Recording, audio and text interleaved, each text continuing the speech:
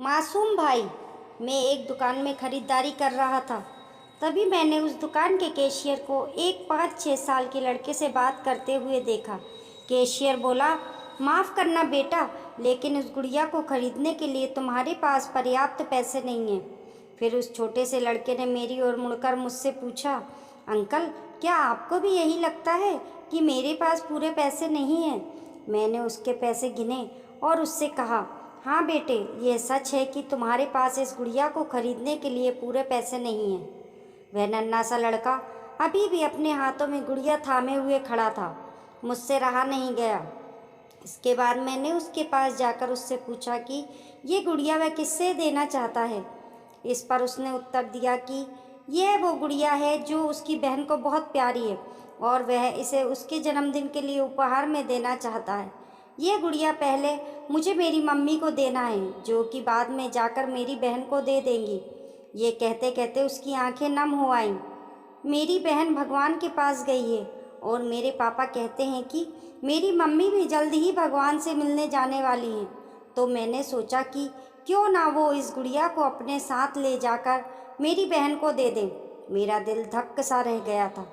उसने ये सारी बातें एक सांस में ही कह डाली और फिर मेरी ओर देखकर बोला, मैंने पापा से कह दिया है कि मम्मी से कहना कि वो अभी ना जाएं, वो मेरा दुकान से लौटने तक का इंतज़ार करें।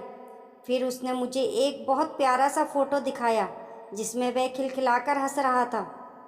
इसके बाद उसने मुझसे कहा, मैं चाहता हूँ कि मेरी मम्मी मेरा ये फ़ोटो भी अपने साथ ले जाएं, ताकि मेरी बहन मुझे भूल नहीं पाए। मैं अपनी मम्मी से बहुत प्यार करता हूँ और मुझे नहीं लगता कि वो मुझे ऐसे छोड़ने के लिए राज़ी होंगी, पर पापा कहते हैं कि उन्हें मेरी छोटी बहन के साथ रहने के लिए जाना ही पड़ेगा। इसके बाद फिर से उसने उस गुड़िया को गमगीन आंखों से खामोशी से देखा। मेरे हाथ जल्दी से अपने बटुए तक पहुँचे और मैंने उससे कहा, चलो एक बार और गिनते हैं, करके देखते हैं कि तुम्हारे पास गुड़िया के लिए पर्याप्त पैसे हैं या नहीं। उसने कहा, ठीक है, पर मुझे लगता है मेरे पास पूरे पैसे हैं। इसके बाद मैंने उससे नज़रें बचाकर कुछ पैसे उसमें जोड़ दिए और फिर हमने उन्हें गिनना शुरू किया। ये पैसे उसकी गुड़िया के लिए काफ़ी थे। यही नहीं, कुछ पैसे अतिरिक्त बच भी गए थे। नन्हे से लड़के ने कहा, भगवान का लाख लाख शुक्र है मुझे इतने सारे पैसे देने के लिए। फिर उसने मेरी ओर देखकर कहा कि मैंने कल रात सोने से पहले भगवान से प्रार्थना की थी कि मुझे इस गुड़िया को खरीदने के लिए पैसे दे देना, ताकि मम्मी इसे मेरी बहन को दे सके, और भगवान ने मेरी बात सुन ली।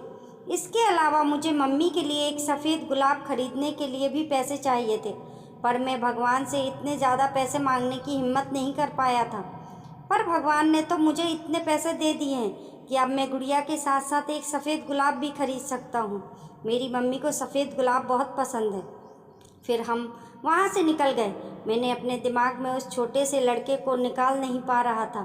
फिर मुझे 2 दिन पहले स्थानीय समाचार पत्र में छपी एक घटना याद आ गई, जिसमें एक शराबी ट्रक ड्राइवर के बारे में लिखा था, जिसने नशे की हालत में मोबाइल फ़ोन पर बात करते हुए एक कार चालक महिला की कार को टक्कर मार दी थी, जिसमें उसकी 3 साल की बेटी की घटना स्थल पर ही मौत हो गई थी और वह महिला कोमा में चली गई थी। अब एक महत्वपूर्ण निर्णय उस परिवार को लेना था कि उस महिला को जीवन रक्षक मशीन पर बनाए रखना है अथवा नहीं, क्योंकि वह कोमा से बाहर आकर स्वस्थ हो सकने की व्यवस्था में नहीं थी। क्या वह परिवार इसी छोटे लड़के का ही था? मेरा मन रोम रोम काँप उठा। मेरी उस नन्हे लड़के के साथ हुई मुलाकात के 2 दिन बाद मैंने अखबार में पढ़ा कि उस महिला को बचाया नहीं जा सकता। मैं अपने आप को रोक नहीं सका और अखबार में दिए पते पर जा पहुंचा, जहां उस महिला को अंतिम संदर्शन के लिए रखा गया था। वह महिला श्वेत धवल कपड़ों में थी, अपने हाथ में एक सफ़ेद गुलाब और उस छोटे से लड़के का वह फ़ोटो लिए हुए, और उसके सीने पर रखी हुई थी वही गुड़िया। मेरी आंखें नम हो गईं। मैं नम आंखों लेकर वहां से लौटा और उस नन्हे से लड़के का अपनी माँ और उसकी बहन के लिए जो प्यार था, वे शब्दों में बयां करना मुश्किल है। और ऐसे में एक शराबी चालक ने अपनी घोर लापरवाही से क्षण भर में उस लड़के से उसका सब कुछ छीन लिया था। दोस्तों, ये दर्द भरी कहानी अगर आपको पसंद आई हो तो लाइक करें और चैनल को सब्सक्राइब करें।